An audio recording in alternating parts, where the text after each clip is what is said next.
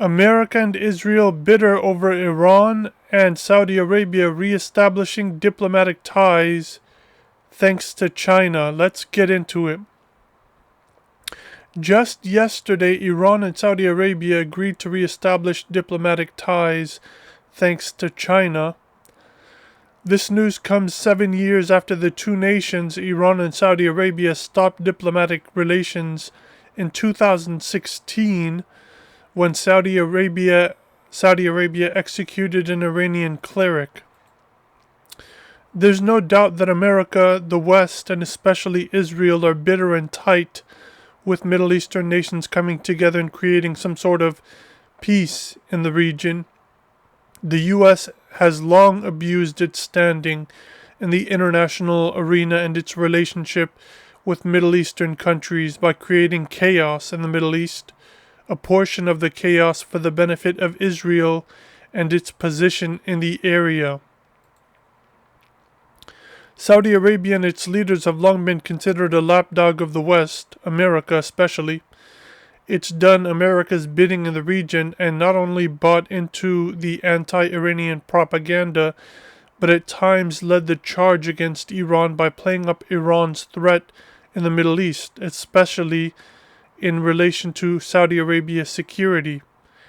Even with the Sunni-Shia difference, it made no sense that the two Islamic nations were at odds with one another until you figure in America's antithetical to peace role in the neighborhood. We'll see if Saudi Arabia is serious about this reconciliation with Iran.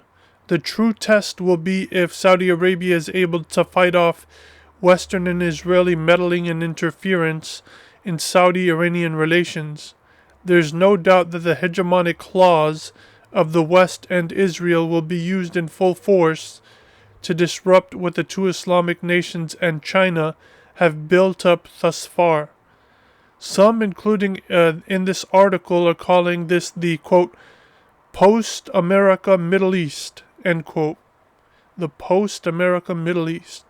I hope it is, to be honest. I hope it is.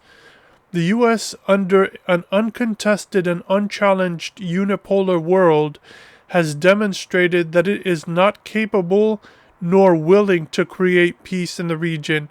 If anything, it demonstrated that what it wanted was to divide and weaken Iranian and Arab nations for its own and Israel's gain.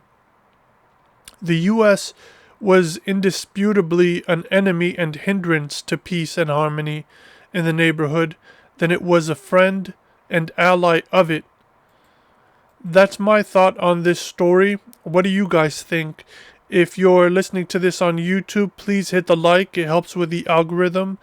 Leave a comment. Subscribe to the channel. If you're listening to this on the podcast, tweet me. Let me know what you think about this story there. Take care.